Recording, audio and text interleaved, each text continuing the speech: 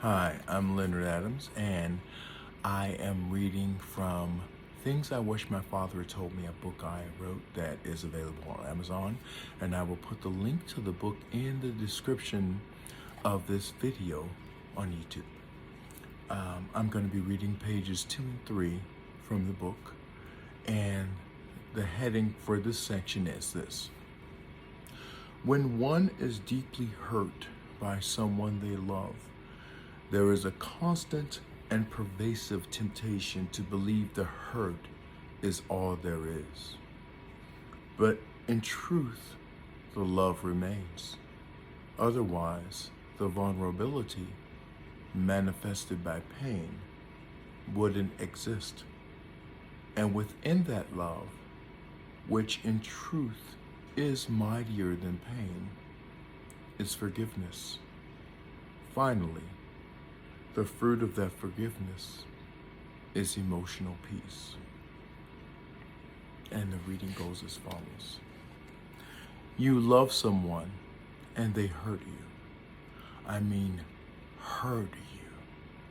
A deep down hurt that overwhelms, that blocks out the memory of how life was with that person before the hurt. How could they? You trusted them.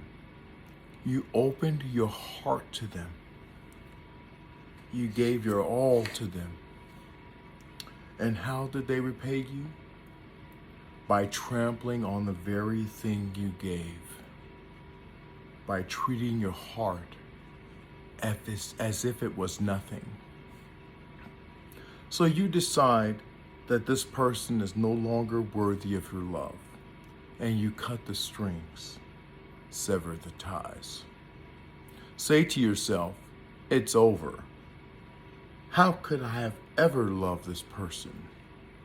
And then you find bitterness beginning to brew in your heart.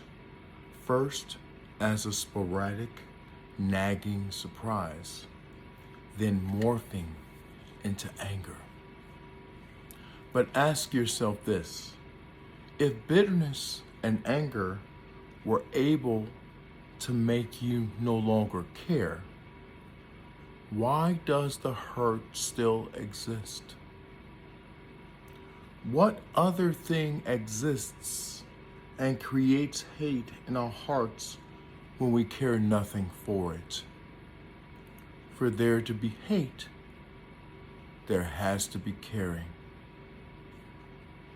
Anger is a secondary emotion used to mask primary emotions such as hurt, fear, and frustration. These three, in one degree or another, represent a vulnerability we are not willing to express when we choose anger in an attempt to mask them. However, when one becomes willing to express this vulnerability, in other words, instead of expressing anger, expressing fear or hurt or frustration, it becomes easier to admit the more daunting prospect that at the core of these feelings is caring, otherwise known as love, unrequited, unappreciated, but love nonetheless. Love becomes mightier than pain when we no longer demand that circumstances be other than what they are. Wishing the past to be different cannot change the past. What has happened has happened. There are those who have done and said things to you that you wish had not occurred, but you have no control over them. There's one person and one person alone that you have control over: yourself. Yet, how can you access this control if someone still has control of you? Control that you have given them through your unrelenting anger. Release them. forgive them, and thereby release yourself to live and love without reservation. This is where the beauty of life is found, not in a location, a vocation, a vacation, or any circumstance outside of the one you now experience. Love them, not because of what they've done, but because of who you are. And in this love, find emotional peace. Be willing to admit what you are actually feeling, instead of resorting to a secondary emotion such as anger. Be willing to admit that in order to be better, you have to care.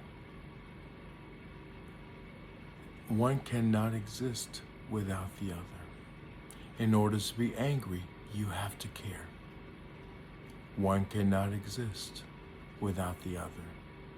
And if you focus on the care, and you forgive for your own sake, not for theirs, they most likely don't deserve your forgiveness, but that really isn't the point, is it? To forgiveness.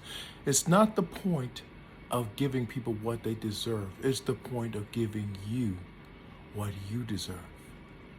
And when you do that, you will find emotional peace. Please like, subscribe to, and share this video and channel with others, in particular those who you believe it will help. And together, let's heal the world.